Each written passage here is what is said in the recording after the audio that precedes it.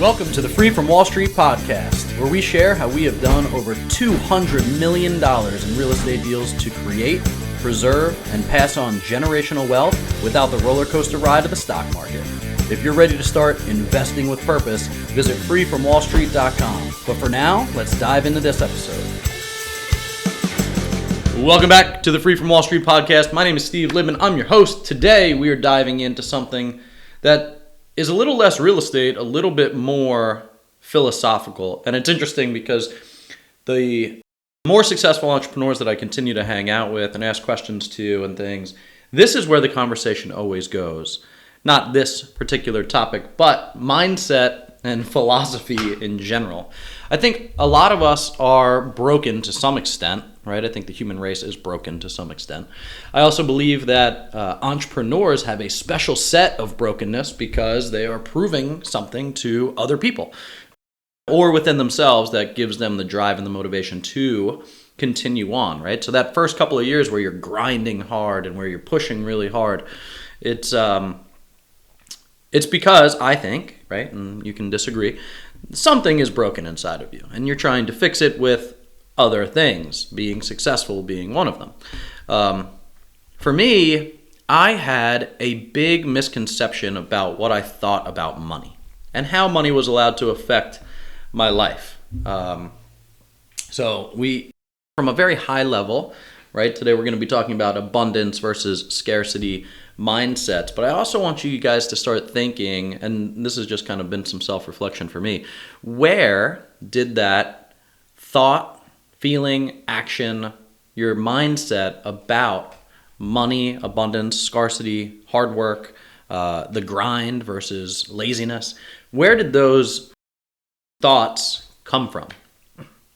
Who instilled them into you? What was spoken over you while you were growing up that maybe started to form and formulate some of those thoughts that we have about some of these topics? And I had a buddy of mine just do a video about this, about why he doesn't go home for the holidays, right? And and he talks about how, the things that are spoken over him were impactful, but he stopped getting around those people that would continue to speak his past over him because that's not who he is anymore. And anyway, if you're not listening to The Game with Alex Hormozi, you should. Great podcast on business and a little bit of philosophy sprinkled in, like I think we all do, because he's a successful entrepreneur. And eventually you have to get to a place of letting go of the control that it takes to become an entrepreneur so that you can be a successful entrepreneur, right? You need to have a team around you. You need to incentivize them. They need to be they need to be better than you at a lot of things. So anyway, check out his podcast and start thinking through. So like, what has been spoken over you, over your life, that has given you a mindset for one thing or the other, right? And this goes into every spectrum, right? You can talk about weight and weight loss, health and fitness, abundance mindset versus scarcity, meaning having wealth, creating wealth, or blowing it up every time that you get a little bit of money. Maybe you self-sabotage yourself because you don't believe you, quote, deserve to have money.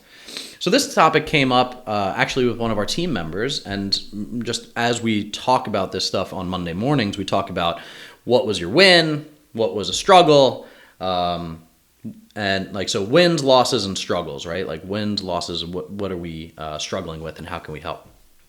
And there's been a pattern over time about what is a win when it comes to money. And so, funny story, a couple months back, we went out to Vegas to visit a client, and when I went to, I'm turning 40 this coming year, so I'm 39 currently. I haven't been to Vegas in 30 years. No, I guess maybe I went once in high school. But nonetheless, it's been a long time since I have been, and I'm booking flights and I'm booking hotels for me and Travis to go out and visit this client. And I book it at the Bally's Resort. So a lot has changed in Vegas since I have last been there. When I used to go with my parents, Bally's was a pretty nice place. Don't go there. It is not a nice place anymore. And our clients even say, like, are you guys okay? Why are you staying at Bally's? And I was like, I don't know where to stay out in Vegas. I don't come to Vegas, right? But why did I choose that place, right? I went online, booking.com. Where am I going to stay? Oh, this looks decent and cheap enough, so let's go there. Because I'm still, right, I was still, even a couple months back, in that mindset of like frugality. And I'm not saying to be, to live above your means, right? I'm not promoting the idea that you should go and spend more than you can afford on a hotel. But let's just say the delta between what we can afford and where we stayed was significant, and we decided not to stay there. And it's really because of this conditioning in my head that I have about my view on money and frugality and how do I get wealthy and things like that. Namely, get the best deal you can, right? And it takes time when you move from a place of scarcity, when you go from a place of bootstrapping a business, borrowing mortgage payments, having to go to your in-laws to eat because the business is being built and you're doing everything in your power to save every shekel to put into the business to grow. You teach yourself, you condition yourself to do these types of things, right? To shop incessantly, to be super frugal, and to spend more time than probably what you're actually saving by searching for these things. And it's interesting because I'm not the first person to go through this, right? I'm not the first entrepreneur that I've even had conversations with.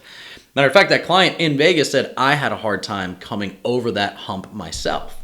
And it is a hurdle that you have to clear. You have this scarcity mindset. What made you successful was probably making sure that you didn't spend too much money on these other things so that you could pump money back into the business so that it can grow and be successful. But now life is different, right? Now you can maybe order, and this is what came up with our team, like maybe now you can order appetizers and drinks and a meal and a dessert when you go out. But before it was not in the budget, so you still live in that budgetary mindset. Right? We have to escalate that level of priority, right? That level of frugality, that level of scarcity is actually hurting us and holding us back. So don't misunderstand what I'm saying here. I'm not trying to say go out and spend money that you don't have, right? What I am trying to get across is that as you start to have some levels and differing levels of success in all of these different areas of your life, you also have to expect a certain level of abundance in your life. You have to be okay training yourself that you can do these other things. And so, I mean, how does this relate to business, right? This is a real estate, generally, podcast. It's everything, right? It's a lot of things, because how you bring this into your business is I can't afford to hire the right salesperson. Right? I can't afford to hire the person that's going to do all my asset management. I can't afford to bring on another team member. I can't afford to do marketing. Well, if you believe that, then that's true. And that's probably bottlenecking your business at some place, right? And it's bottlenecking your life, frankly, because you justify what you should be spending money on. And then you say, I have to be frugal over here, right? Like, we flew first class to Vegas, but I stayed at a $50 a night hotel room. What is that about? That does not make any sense. So you have to,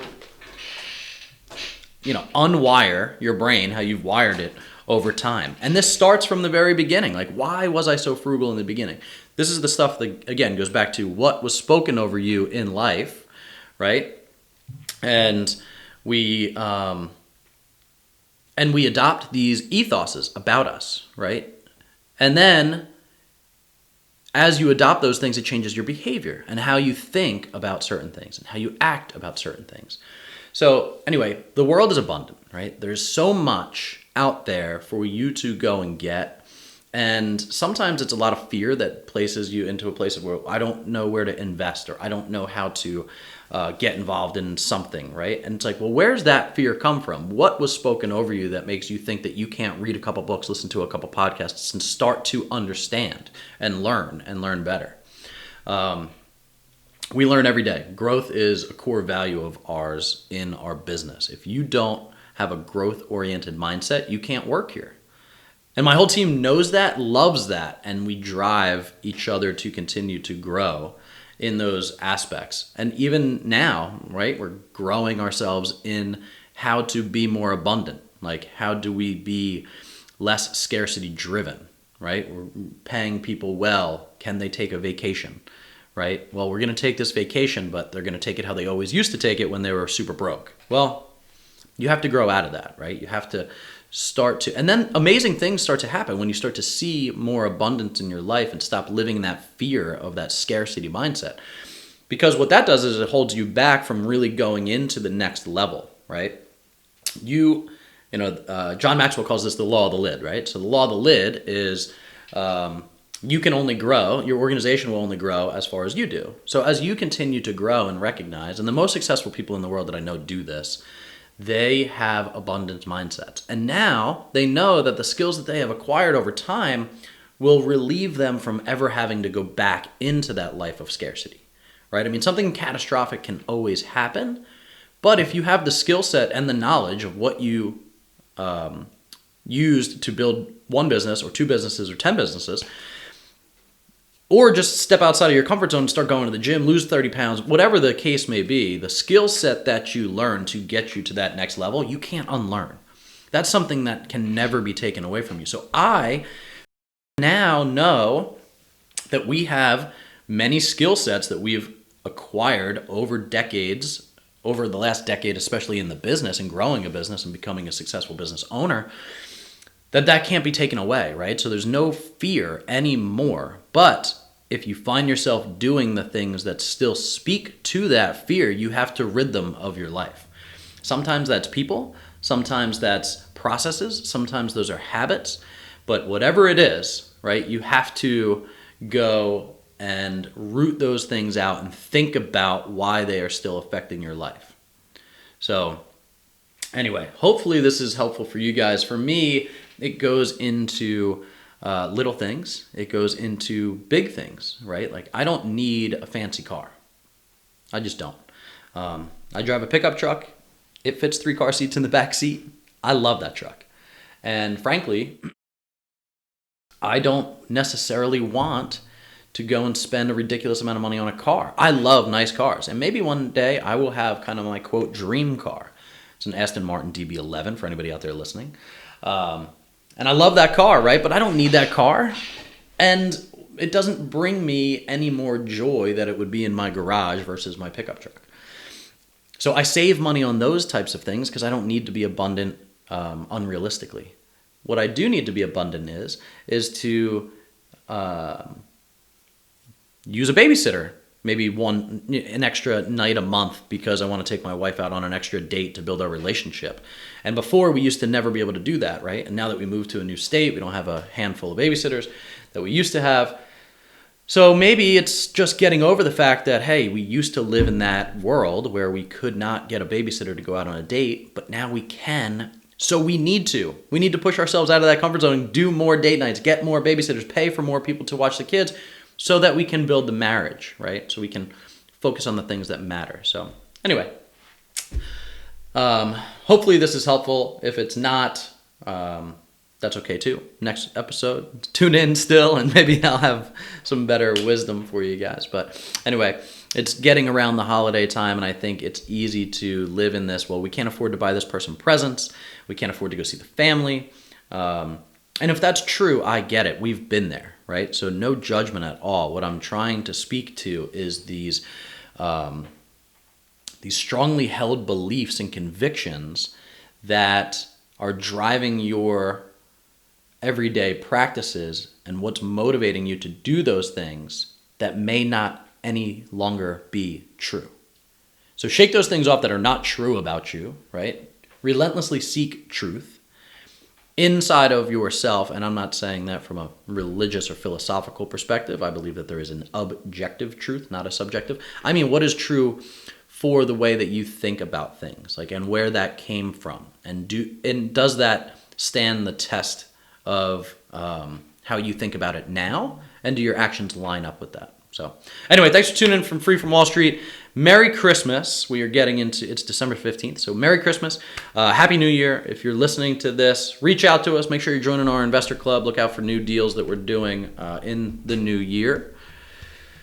So yeah, thanks for listening to the Free from Wall Street podcast. If you like what you hear, leave us a rating and review and let us know what you think.